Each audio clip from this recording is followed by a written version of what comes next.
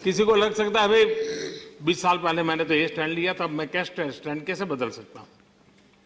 लेकिन आपने जिस प्रकार से आर्टिकुलेट करके इस बात को प्रस्तुत किया, वे हमारी विचार यात्रा का प्रतिबिंब है, भारत की विकास यात्रा का प्रतिबिंब है और वैश्विक परिवेश में भारत किस प्रकार से नई नई बातों को लीड करने का सामर्थ्य रखता है, उसका उसमें प्रतिबिंब है। और ये काम इस सदन से हुआ है, इसलिए सदन अपने आप में गौरव अनुभव करता है। मेरे लिए सौभाग्य का विषय है कि आज इस महत्वपूर्ण अवसर का साक्षी बनने का और इसमें शरीक होने का मुझे अवसर मिला है।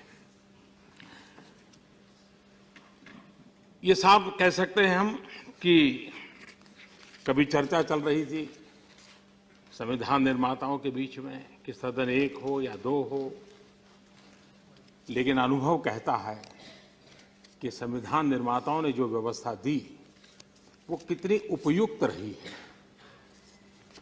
और कितना बढ़िया कंट्रीब्यूशन किया है। अगर निचला सदन जमीन से जुड़ा हुआ है तो उपला सदन दूर तक देख सकता है और इस प्रकार से भारत की विकास यात्रा में निचले सदन से जमीन से जुड़ी हुई तत्कालीन चीजों का अगर प्रतिबिंब व्यक्त होता है तो यहां बैठे हुए महानुभावों से, क्योंकि ऊपर है, ऊपर वाला जरा दूर का देख सकता है, तो दूर की दृष्टि का भी अनुभव इन दोनों का कॉम्बिनेशन इन हमारे दोनों सदनों से हमको देखने को मिलता है। इस सदन ने कई ऐतिहासिक पल देखे हैं, इतिहास बनाया भी है और बनते हुए इतिहास को देखा भी है और जरूरत पड़ने पर उस इतिहास को मोड़ने में भी इस सदन ने बहुत बड़ी सफलता पाई है।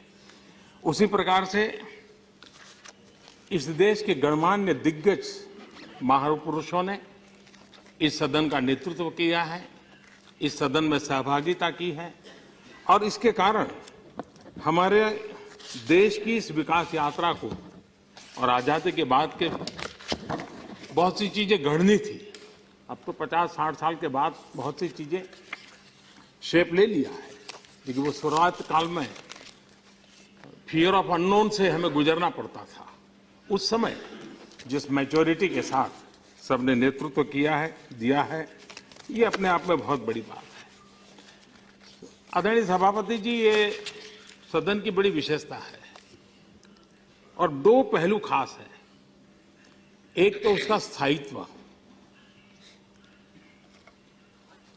परमानेंट कहें या इटर्नल कहें, और दूसरा है विविधता, डाइवर्सिटी। स्थायित्व इसलिए है, इटर्नल इसलिए है कि लोकसभा तो भंग होती है, इसका जन्म हुआ अब तक कभी इसको न भंग हुई है न भंग होना है, यानी ये इटर्नल है। लोग आएंगे जाएंगे लेकिन ये व्यवस्था इटर्नल रहती है, ये अपनी उसकी एक विशेषता है। और दूसरा है विविधता, क्योंकि यहाँ राज्यों का प्रतिनिधित्व प्राथमिकता है। एक प्रकार से भारत के फेडरल स्ट्रक्चर की आत्मा यहाँ पर हर पल हमें प्रेरित करती है। भारत की विविधता, भारत की अनेकता के एकता के जो सूत्र है, उसकी सबसे बड़ी ताकत इस सदन में नजर आती है और वो समय समय पर ये रिफ्लेक्ट भी होती रहती है। उसी प्रकार से उन विविधताओं के साथ हम जब आगे बढ़ते हैं तब इस सदन का एक और लाभ भी है कि हर किसी के लिए चुनावी अखाड़ा पार करना बहुत सरल नहीं होता है, लेकिन देश हित में उनकी उपयोगिता कम नहीं होती है। उनका अनुभव, उनका सामर्थ्य उतना ही मूल्यवान होता है।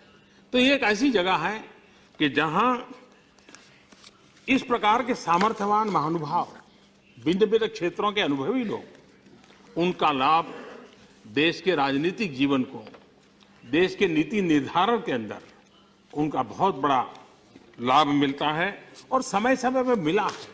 वैज्ञानिक हो,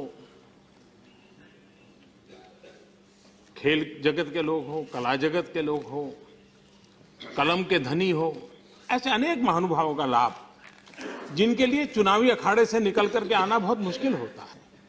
लेकिन इस व्यवस्था के कारण हमारी बौद्धिक संपदा का भी एक रिचनेस हमें इससे प्राप्त हुई है। और इन 250 सत्रों में, और मैं मानता हूं इसका सबसे बड़ा उदाहरण बाबा साहब आम्बेडकर स्वयं है, क्योंकि किसी न किसी कारण से उनको लोकसभा में पहुंचने नहीं दिया गया, लेकिन यही तो राज्यसभा थी जहां बाबा साहब आम्बेडकर के कारण देश को बहुत लाभ मिला।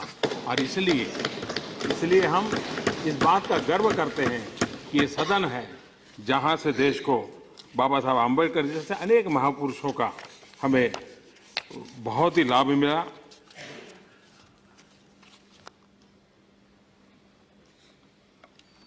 ये भी देखा गया है कि एक लंबा कालखंड ऐसा था कि जहां विपक्ष जैसा कुछ खास नहीं था, विरोध भाव भी बहुत कम था। ऐसा एक बहुत बड़ा कालखंड रहा। और उस समय जो शासन व्यवस्था में जो लोग बैठे थे उनको वो सौभाग्य रहा कि उनको इसका बहुत बड़ा सौभाग्य भी मिला, जो आज नहीं। आज डगर डगर पर संघर्ष रहते हैं, डगर डगर पर विरोध भाव व्यक्त रहता है। लेकिन उस समय जबकि विरोध पक्ष न के बराबर था, इस सदन में ऐसे बहुत ही अनुभव और विद्वान लोग बैठे थे कि उन्होंने शासन व्यवस्था में कभी भी निरंकुशता नहीं आने दी। शासन में बैठे हुए लोगों को सही दिशा में जाने के लिए प्रेरित करने के कठोर काम इसी सदन में हुए हैं। ये यानी कितनी बड़ी सेवा हुई है, इसका हम गर्व कर सकते हैं और ये हम सब के लिए स्मरणीय है। आदरणीय सभापति जी, हमारे प्रथम उपराष्ट्रपति जी डॉक्टर सर्वपल्ली राधाकृष्णन जी ने इस सदन के संबंध में जो बात कही थी, मैं उसको आपके सामने प्रस्तुत करना चाहूंगा। डॉक्टर राधाकृष्णन जी ने कहा था, इसी चेयर पर बैठ करके उन्होंने कहा था, और वो आज भी उतना ही उपयुक्त है। और आप प्रणब मुखर्जी, आदरणीय प्रणब मुखर्जी के बात को उल्लेख करते हो या आप स्वयं अपना दर्द व्यक्त करते हो, ये सारी बातें उसमें है। और उस समय राधाकृष्णन जी ने कहा था, हमारे विचार, हमारा व्यवहार और हमारी सोच, हमारे विचार, हमारा व्यवहार और हमारी सोच ही दो सदनों वाली हमारी संसदीय प्रणाली के औचित्य को साबित करेगी। संविधान का हिस्सा बनी इस द्विसदनीय व्यवस्था की परीक्षा हमारे कामों से होगी। हम पहली बार अपनी संसदीय प्रणाली में दो सदनों की शुरुआत कर रहे हैं। हमारी कोशिश होनी चाहिए कि हम अपनी सोच, सामर्थ्य और समझ से देश को इस व्यवस्था का औचित्य साबित करें। 250 सत्र की यात्रा के बाद, अनुभव का इतना संपुट होने के बाद, वर्तमान की और आने वाली पीढ़ियों की दायित्व तो और बढ़ जाता है कि डॉक्टर राधाकृष्णन जी ने जो अपेक्षा की थी, कहीं हम उससे नीचे तो नहीं जा रहे हैं। क्या हम उन अपेक्षाओं को पूरा कर रहे हैं, या बदलते हुए युग में हम उन अपेक्षाओं को भी और अच्छा वैल्यू एडिशन कर रहे हैं, ये सोचने का समय है। और मुझे विश्वास है कि सदन की वर्तमान पीढ़ी भी और आने वाली पीढ़ी भी डॉक्टर राधाकृष्णन जी की इन अपेक्षाओं को पूर्ण करने के लिए निरंतर प्रयास करती रहेगी और उससे आने वाले दिनों में देश को, अगर जैसा अभी आदरणीय सभापति जी ने कहा, अगर हम पिछले 250 सत्रों की विवेचना करें तो कई महत्वपूर्ण ऐतिहासिक बिल यहाँ पास हुए हैं, जो एक प्रकार से देश के कानून बने, देश के जीवन को चलाने का आधार बने हैं। और मैं भी पिछले अगर 5 साल का हिसाब किताब देखूं तो मेरे लिए बड़े सौभाग्य की बात है कि ऐसी अनेक महत्वपूर्ण घटनाओं का साक्षी बनने का अवसर मुझे भी मिला है। विद्वत्तापूर्ण हर एक किसी के विचार सुनने का मुझे सौभाग्य मिला है और कई बातों को नई सिरे से देखने का अवसर इसी सदन से मिला है और इसके लिए मैं खुद लाभान्वित हुआ हूं और मैं सबका आभारी भी हूं। और ये अगर हम चीजों को सीखे समझे तो बहुत कुछ मिलता है और वो मैंने यहाँ अनुभव किया है। तो मेरे लिए आप सबके बीच कभी कभी आकर के सुनने का मौका मिलता है, वो अपने आप में एक सौभाग्य है। अगर हम पिछले 5 साल के तौर देखें, यही सदन है जिसने 3 तलाक का कानून होगा कि नहीं होगा, हर एक को लगता था यहीं पर अटक जाएगा, लेकिन इसी सदन की मैच्योरिटी है कि उसने एक बहुत बड़ा महत्वपूर्ण विमेन एम्पावरमेंट का काम इसी सदन में किया। हमारे देश में आरक्षण के विरोध करके हर पल संघर्ष के बीज बोए गए हैं। उसमें से तनाव पैदा करने के भरसक प्रयास भी किए गए हैं, लेकिन ये गर्व की बात है कि इसी सदन ने सामान्य वर्ग के गरीब परिवार का 10% आरक्षण का निर्णय किया, लेकिन देश में कहीं तनाव नहीं हुआ, विरोध भाव पैदा नहीं हुआ, सहमति का भाव बना। ये भी इसी सदन के कारण संभव हुआ है। इसी प्रकार से हम जानते हैं जीएसटी लंबे अरसे से जो को भी शासन में जिसकी जिम्मेवारी है, हर एक ने मेहनत की। कमियां है नहीं है, सुधरनी चाहिए नहीं सुधरनी चाहिए, ये सारी भी डिबेट चलती रहेगी, लेकिन one nation one tax system की ओर इसी सदन ने सर्वसम्मति बना करके देश को दिशा देने का काम किया है और उसी के कारण एक नए विश्वास के साथ विश्व में हम अपनी बात रख पा रहे हैं। देश की एकता और अखंडता इसी सदन में 1964 में जो वादे किए गए थे कि 1 साल के भीतर भीतर इस काम को कर दिया जाएगा, जो नहीं हो पाया था, वो धारा 370 और 35A इसी सदन में और देश को दिशा देने का काम इस सदन ने पहले किया, बाद में लोकसभा ने किया है।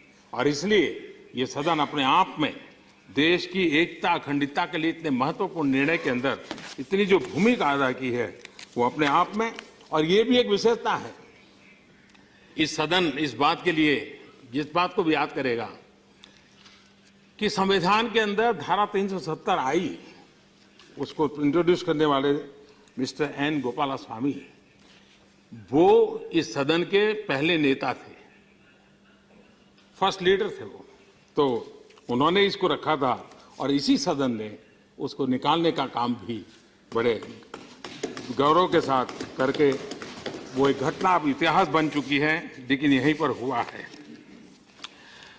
हमारा संविधान निर्माताओं ने हम लोगों को जो दायित्व दिया है, हमारी प्राथमिकता है कल्याणकारी राज्य, लेकिन उसके साथ एक जिम्मेवारी है राज्यों का कल्याण।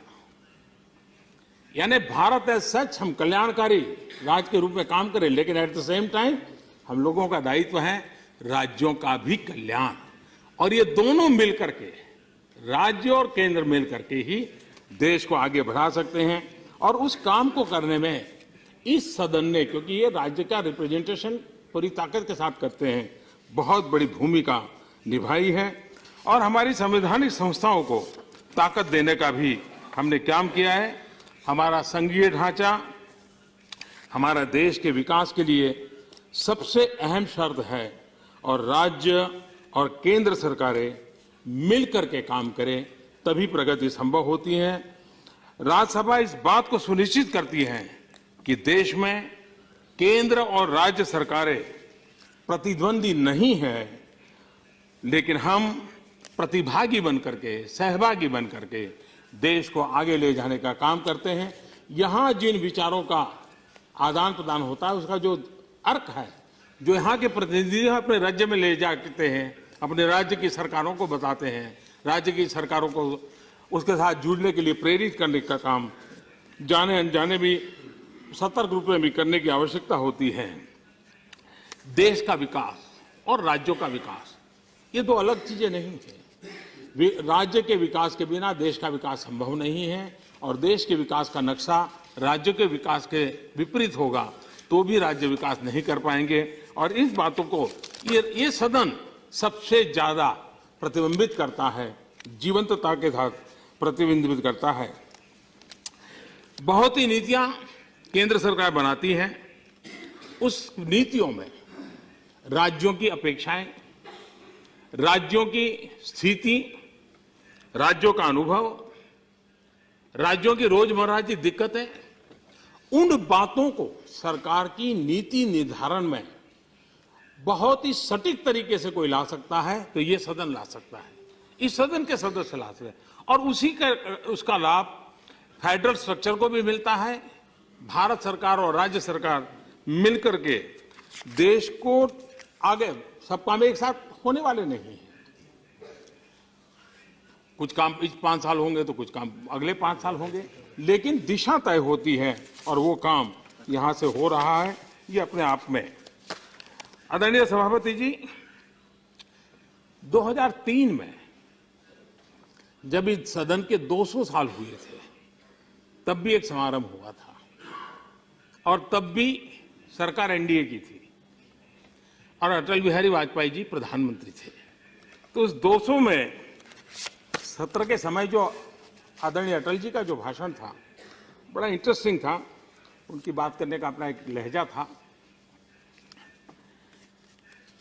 उन्होंने कहा था कि हमारे संसदीय लोकतंत्र की शक्ति बढ़ाने के लिए सेकंड चैम्बर मौजूद है, और उन्होंने ये भी चेतावनी दी थी कि सेकंड हाउस को कोई सेकेंडरी हाउस बनाने की गलती न करें। ये चेतावनी अटल जी ने दी थी, इस सेकंड हाउस को कभी भी सेकेंडरी हाउस बनाने की गलती न करें। अटल जी की उन बात को जब मैं पढ़ रहा था तो मुझे भी लगा कि कुछ को इसको आज के संबंध में कुछ नए तरीके से अगर प्रस्तुत करना है तो मैं कहूंगा कि राज्यसभा सेकंड हाउस है, सेकेंडरी हाउस कभी भी नहीं है, और भारत के विकास के लिए इसे सपोर्टिव हाउस बने रहना चाहिए।